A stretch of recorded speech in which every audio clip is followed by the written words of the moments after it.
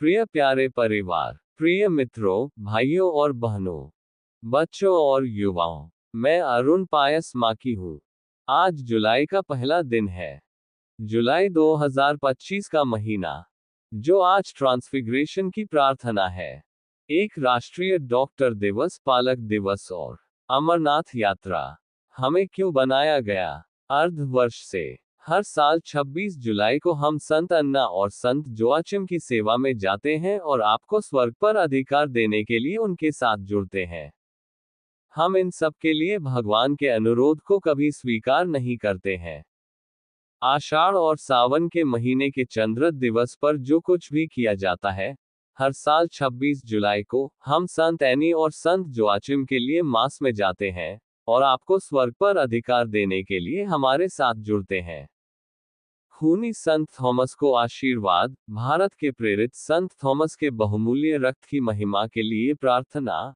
हे ईश्वर, हमारे स्वर्गीय पिता, जिन्होंने अपनी दिव्य कृपा से अपने पवित्र प्रेरित थॉमस को भारत के सुदूर तटों तक सुसमाचार का प्रकाश पहुंचाने के लिए चुना और मृत्यु तक आपकी सच्चाई की गवाही देने के लिए, हम विनम्रतापूर्वक उनके बहुमूल्य रक्त की महिमा के लिए प्रार्थना करते हैं।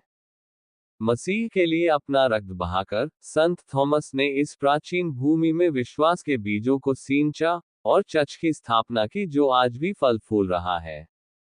उनका रक्त आपके असीम प्रेम का प्रमाण बन गया, पुनर्जीवित प्रभु में उनके अटूट विश्वास की मुहर बन गया और एक आधार बन गया जिस पर पीढ़ियों ने अपनी आशा का निर्माण किया है।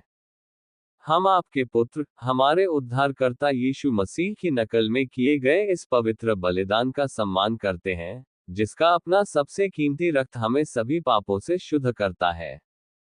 संत थॉमस के रक्त की महिमा हमें और अधिक निष्ठा के लिए प्रेरित करे, ताकि हम साहस के साथ सुसमाचार का प्रचार करें और परीक्षणों के बावजूद भी अटूट भक्ति के साथ आपकी सेवा करें। भारत और पूरे विश्व में अपने चर्च को मजबूत करें, प्रेरितों के पसीने और खून से पवित्र करें, ताकि हम हमेशा सत्य और धार्मिकता के मार्ग पर चलें और मसीह में मरने वालों को दिए गए अनंत विरासत में हिस्सा लें। भारत के प्रेरित और मसीह के शहीद संत थॉमस की मध्यस्थता के माध्यम से हमें आपके पवित्र नाम की महिमा के लिए नया विश्वास, दृढ़ आशा और ज्वलंत दान दिया जा सकता है। आमीन। पहला बाइबल श्लोक, लूका के सुसमाचार अध्याय 13 श्लोक 19-20। ये सरसों के बीज की तरह है जिसे एक आदमी ने अपने बगीचे में फेंक दिया, और वह बड़ा होकर एक पेड़ बन गया, और आकाश के पक्षी उसकी शाखाओं में बसेरा करने लगे। और फिर उसने कहा, मैं परमेश्वर के राज्य की तुलना किससे करूं? संक्षिप्त अर्थ, परमेश्वर का राज्य छोटा और अदृश्य शुरू होता है, लेकिन यह अविश्वसनीय रूप से बड़ा हो जाता है और सूक्ष्म रूप से वह सब कुछ बदल देता है जिसे ये छूता है। दूसरा बाइबल वचन, यशायाह अध्याय 51 पद 11। यहोवा के छुड़ाए हुए लोग लौटकर सियोन में आएंगे और जय जयकार करेंगे, और उनके सिर पर सदा आनंद रहेगा, और आनंद और खुशी उन्हें पकड़ लेगी, और शोक और विलाप दूर हो जाएगा।